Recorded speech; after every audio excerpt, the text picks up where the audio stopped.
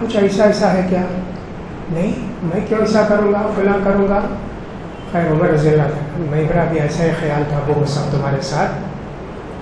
حضرت سعد نے ایک بات بولے، اللہ میں سچا ہوں، اگر یہ جھوٹا ہے تو اس کو فتنے میں مبتلا کر، فتنے میں ڈال.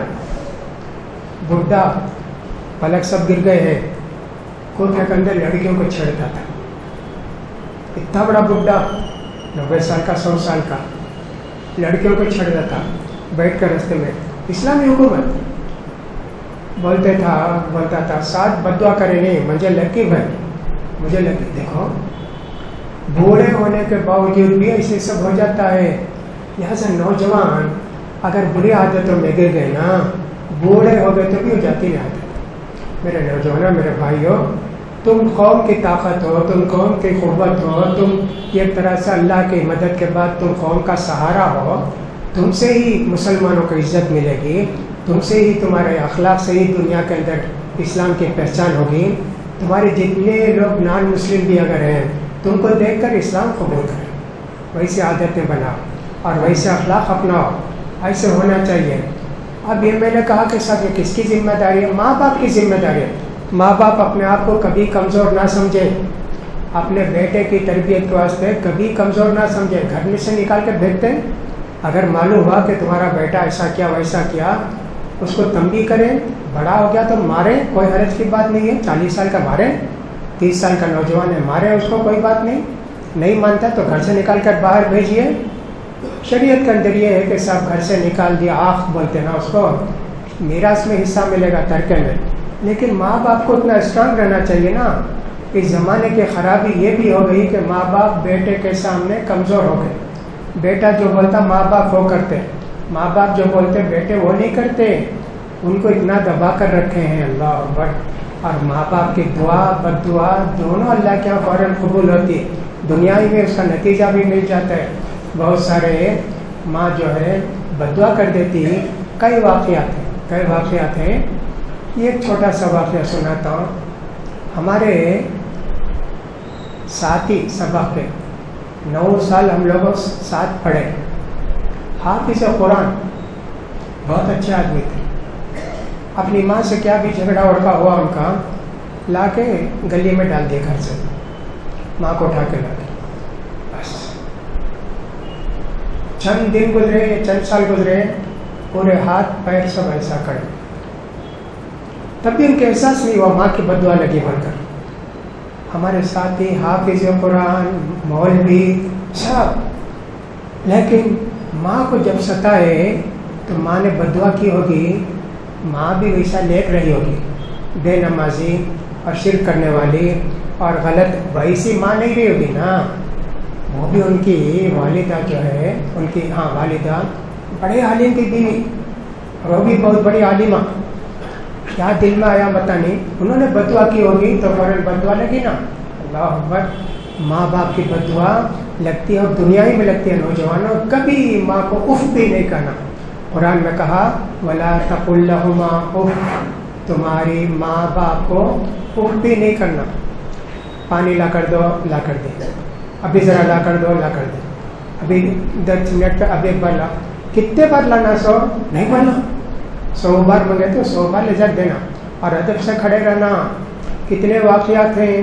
اللہ تعالیٰ نے ایک بہت بڑے عذاب کو ٹالا. 3 آدمی نکلے، بارش ہوئی، غار کے اندر ہوئے، چٹان بیٹھ گئی. کیا ڈھکلے تو نہیں ہوتی. 3 آدمی، تینوں نے کہا کہ اپنی نیکی کی یاد کر کو اللہ سے دعا کرو. اس میں سے ایک آدمی نے کہا اللہ میرے باپ آپ بوڑھے تھے، میں بکری چرانے جاتا تھا، شام میں لا کے پہلے دودھ نکال کے امی کو ابا کو پلاتا تھا. ایک دن بکری کا چارہ نہیں ملا، دور چلا گیا، واپس آیا تو امی بھی ابا بھی سو گئے تھے. میں دودھ نکال کے ان کے پاؤں کے پاس کھڑا رہا. رات میں اٹھے، بیٹے کب سے یہاں ہو؟ کہا کہ ابا جان میں شام کو ذرا دیر سے آیا. جب سے یہ دونوں پیے، پھر بیوی کو بچوں کو پلائے. اللہ میں تیرا حکم مان کے ماں باپ کی اتنی قدر کیا ہوں تو ذرا ہٹا دے. اللہ پتہ ہٹ گیا. تینوں اپنے آنے کی ذکر کیا. اسی طرح اللہ کے رسول صلی اللہ علیہ وسلم نے فرمایا ایک آدمی تھا جریج،